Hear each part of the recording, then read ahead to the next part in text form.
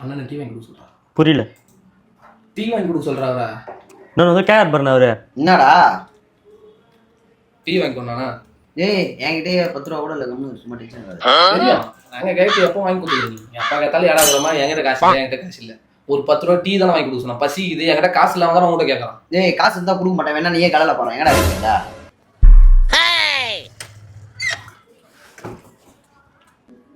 ஒரு tea கேட்டதுக்கும் studio பேசினது நான் கம்மி பண்ணேன். காசு சொல்கிறேன். நல்லா இருக்கீங்களா? நல்லா இருக்குப்பா. உங்கள் வீடியோஸ்லாம் நிறைய நான் பார்ப்பேனே. தேங்க்யூப்பா. வாழ்ந்தா உங்களை மாரி வாழனேன். என்ன மாதிரி வாழ போறியா? திருவடா